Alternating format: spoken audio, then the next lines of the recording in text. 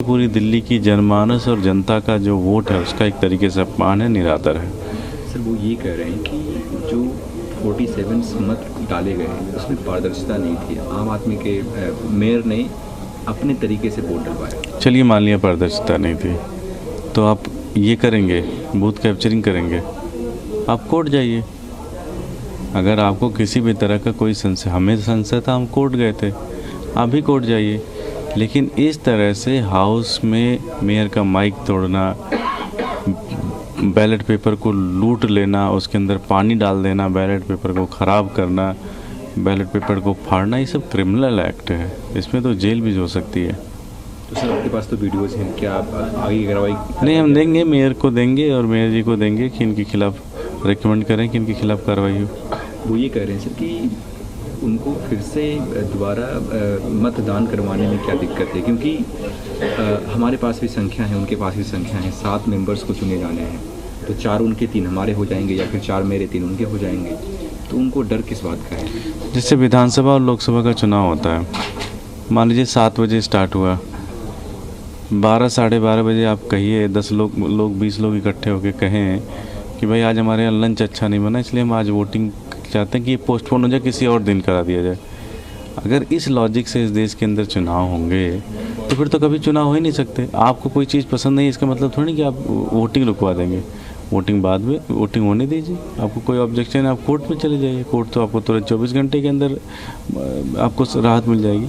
तो भारतीय जनता पार्टी सिर्फ और सिर्फ इस तरह की हरकतें करके दिल्ली के अंदर वो चाहती है कि किसी भी तरह से आम आदमी पार्टी को परेशान किया जाए। आम आदमी जिस तरह से अपार जन बहुमत के बाद भी वो इतना ज़्यादा परेशान कर रहे हैं मेयर, डिप्टी मेयर और स्टैंडिंग का चुनाव होने में, तो आप सोच सकते हैं कि किस तरह की व्याकुलता उनके अंदर। वो ये कह रहे हैं कि हम चाहते हैं कि फिर से री इलेक्शन हो, फिर से मतदान हो, और जो मत पड़े हैं उसको कैंसिल किया जाए, फिर से मतदान हो। अगर ऐसा नहीं होता है तो हम सदन को चलने नहीं देंगे और साथ में हम कोर्ट भी जाएंगे।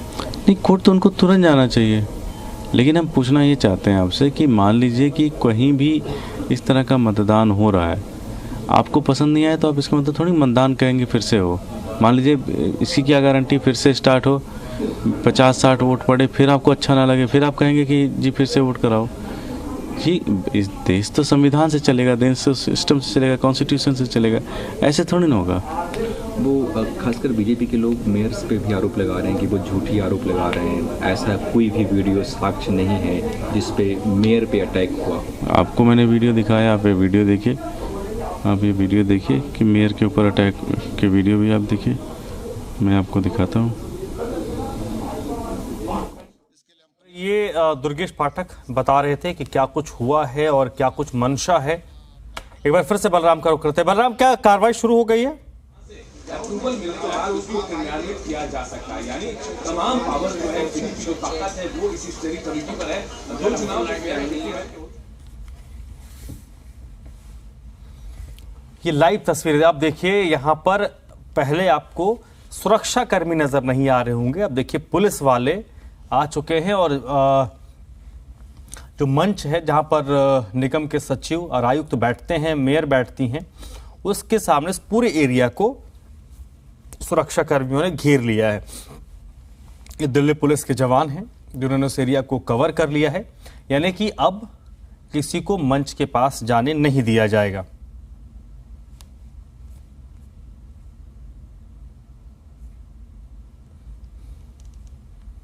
पूरी रात हंगामा होने के बाद अब ये देखिए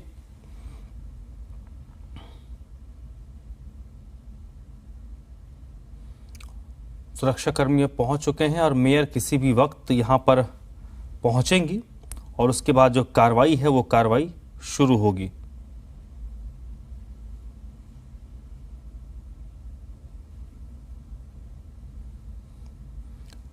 देखिए, आपको अभी भी तस्वीरों में कई ऐसे जो पार्षद हैं वो कुछ सोते हुए दिख रहे होंगे। पूरी रात पार्षद जगे हैं और ये पहली तस्वीर, 3 तस्वीरें आप देख रहे हैं। पहली जो तस्वीर है वो लाइव तस्वीरें हैं, दूसरी तस्वीर जिसमें पार्षदों ने नारेबाजी की है, और तीसरी तस्वीर जिसको जहां जगह मिली वहीं पर पार्षद सोते हुए नजर आ रहे हैं। नींद जगह नहीं देखती, हालात नहीं देखती। कई पार्षद तो शारीरिक तौर पर इन चीज़ों के लिए कभी तैयार ही नहीं हुए होंगे। मानसिक तौर पर कई पार्षदों ने तो ये सोचा भी नहीं होगा कि उनको ऐसा भी दिन देखने को मिलेगा।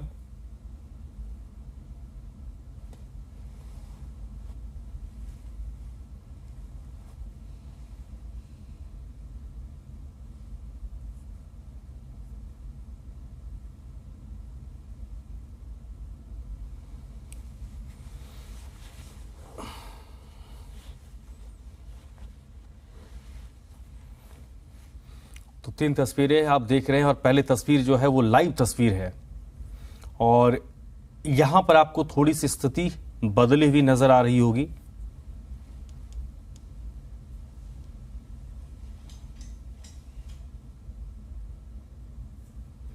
जहां पर जो पार्षद हैं वो अपने अपनी जगहों पर बैठे हुए हैं और मंच के सामने अब पुलिसकर्मी खड़े हो गए हैं, यानी कि अब किसी को भी मंच की तरफ जाने से रोका जाएगा।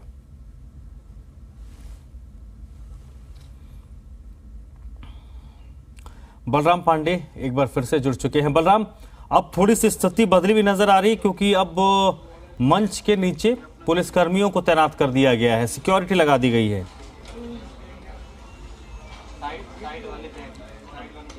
बिल्कुल, देखिए महापौर की पूरी कोशिश है कि जल्द से जल्द जो स्टैंडिंग कमेटी के 6 सदस्यों का चुनाव है वो संपन्न हो। यही वजह है कि अब भारी संख्या में पुलिस बल को तैनात किया गया है। जो महिला पुलिसकर्मी हैं उन्हें भी तैनात किया गया है, जो पुरुष पुलिसकर्मी हैं उन्हें भी तैनात किया गया है ताकि सदन में जो शांति व्यवस्था है वो कायम रह सके।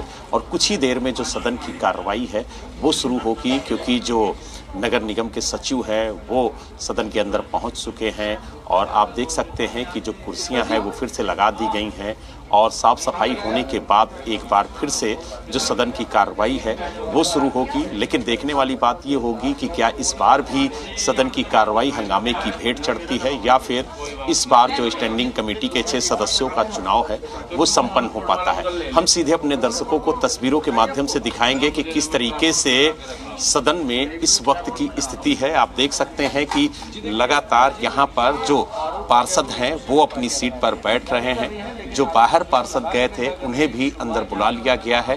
भारी संख्या में आप देख सकते हैं जो पुलिसकर्मी हैं उन्हें तैनात किया गया है। जो अधिकारी हैं, जो आयुक्त हैं वो भी अपनी चेयर पर बैठ चुके हैं। जो निगम के सचिव हैं वो भी अपनी चेयर पर बैठ चुके हैं और अब कुछ ही देर में बस महापौर आएंगी डॉक्टर शैली ओबराय और उसके बाद ये जो सदन की कार्रवाई है वो फिर से शुरू होगी। आपको बता दें ये 13वीं बार सदन की कार्रवाई शुरू हो रही है, क्योंकि 12 बार सदन की कार्रवाई हंगामे की वजह से स्थगित की गई है। लेकिन माना जा रहा है कि इस बार जो वोटिंग प्रक्रिया है वो हो पाएगी, क्योंकि बार बार हंगामे की वजह से सदन की कार्रवाई स्थगित होती है।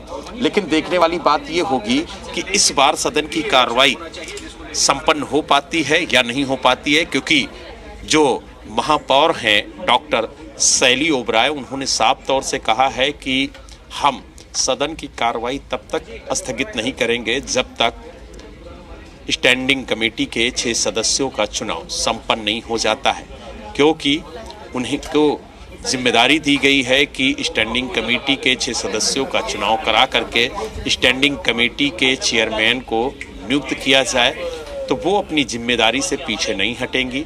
हालांकि जो भारतीय जनता पार्टी के पार्षद हैं वो इस बात को लेकर के हंगामा कर रहे हैं कि जो वोटिंग अभी तक हुई है, जिन पार्षदों ने अभी तक वोटिंग की है उनके वोट रद्द किए जाएं और फिर से चुनाव प्रक्रिया शुरू की जाए। और महापौर इस बात को लेकर के